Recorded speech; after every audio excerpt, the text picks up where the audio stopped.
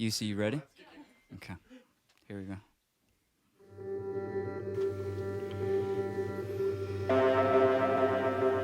One of the biggest, most difficult challenges to get through is to have known a version of yourself, have come to appreciate a version of yourself, and the world recognize a version of yourself, but disillusion sets in, especially when it's traumatic, especially when you haven't chosen it, and that version of yourself is just ripped away from you, dissolves, and a new, unfamiliar version of yourself emerges. And it's none of your fault.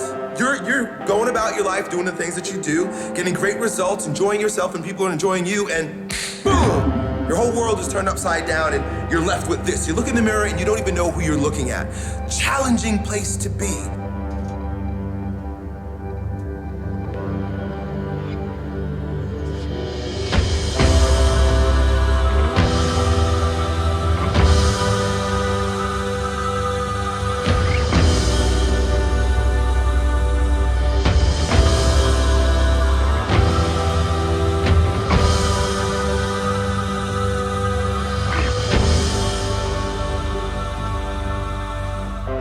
You see, oftentimes I talk about personal growth and taking an active participation in who you're becoming and being aware of who you want to become. But you, my friend, have become someone against your will. And that is an injury. Injury to your ego. Ego is just merely the story that we've told ourselves about who we are based on the circumstances that we find ourselves in and how people relate to us. It's as simple as that, and it's a very useful, or very resourceful way to go about life. You need ego. But when there's a shock to your ego, there's a traumatic psychological shakeup that you now have to recover from. You have to rebuild your ego, or rebuild the stories you tell yourself about yourself, and enroll other people in brand new stories about who you are and who you've become. So the very first thing that I would invite you to consider is that the old version of you is dead.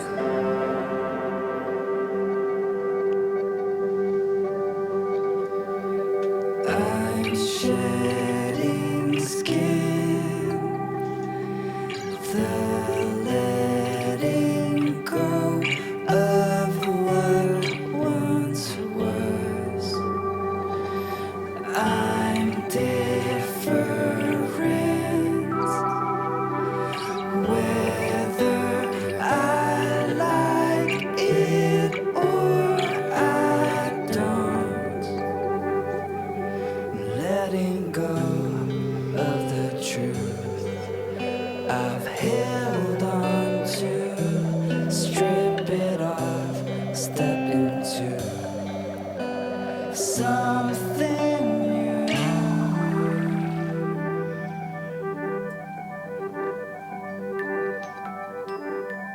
That's very difficult for a lot of people to hear, even for people who haven't had trauma, people who grow older, men who are in their 50s and 60s, and it's just like, because their penis doesn't get as stiff as it used to, it's, I want to pull my hair out.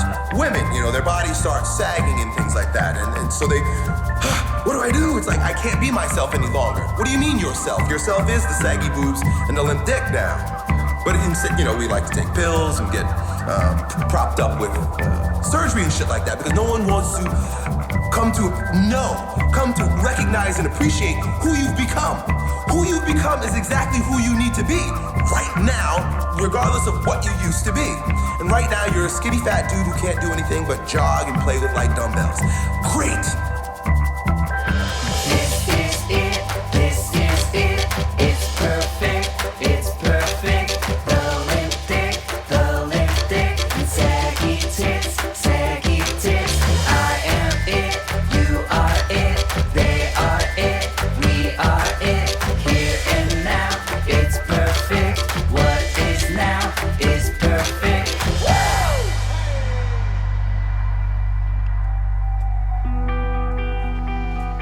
Every man receives an injury at some point in his life, usually coming from a patriarchal figure.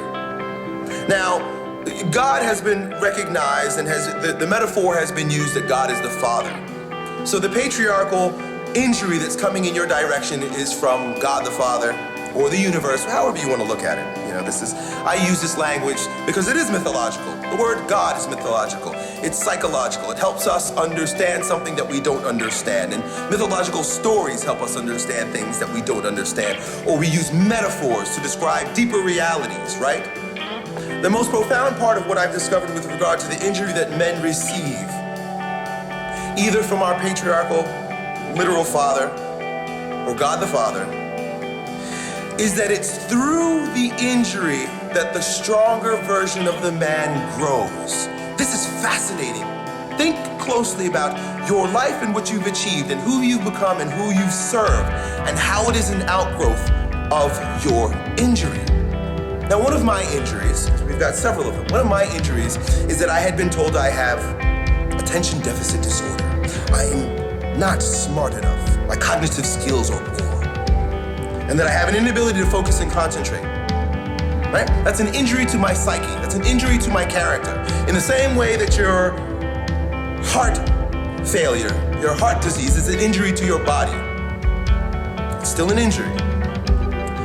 The outgrowth of that injury has become my staunch belief that there's a strongest version of every single person, regardless of what everyone else says it should look like. I am a crusader for all those who have been told or have come to believe, or the world has laid a burden on them that doesn't allow them to believe that they are powerful, that you are strong, that you are magnificent, that you are brilliant, regardless of the standards that the world has set upon you. You see how I begin talking, I become very excited, I'm very passionate when I move in this particular direction because it's touching my wound. The closer the conversation comes to my wound, the more powerful I become. This is what you need to find how to do.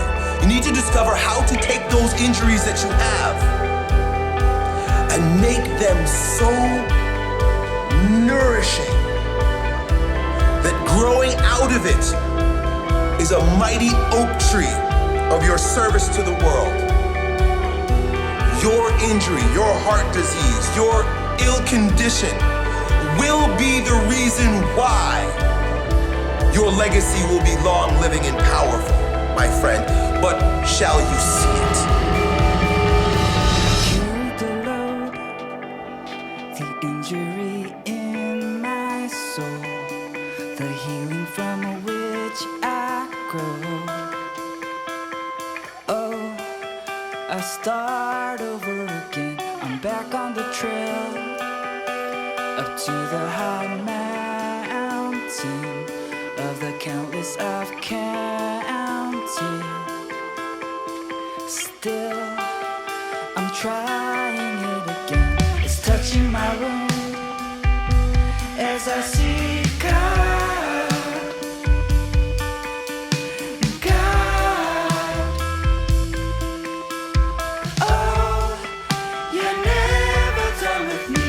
It's making me grow into a mighty oak tree. Oh, as tall as I can be. Perspective, my friend. Instead of looking at your poor, sick, fat body in the mirror now and feeling sorry for yourself, or comparing yourself to who you used to be, own the injury, recognize it for what it is, and ask yourself, how will I now bring a gift to the world through my injury? Give to the world my injury. Own the injury. Singing out the lies from the depths of emptiness to the heights of somethingness. I'm opening the cage where I've kept my sickness, now to bless you with my gift.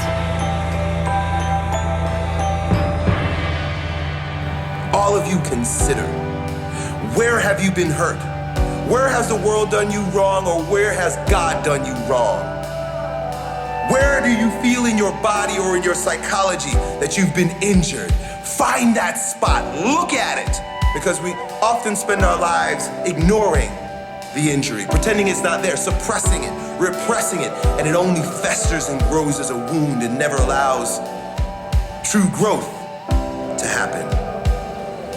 Look at your injury.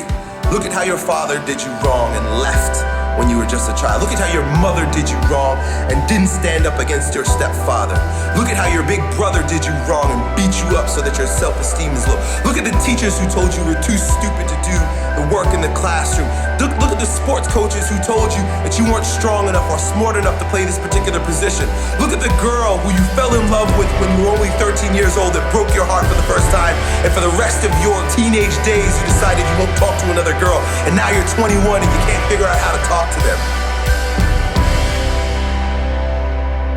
Everything that makes you sick will also make you a success.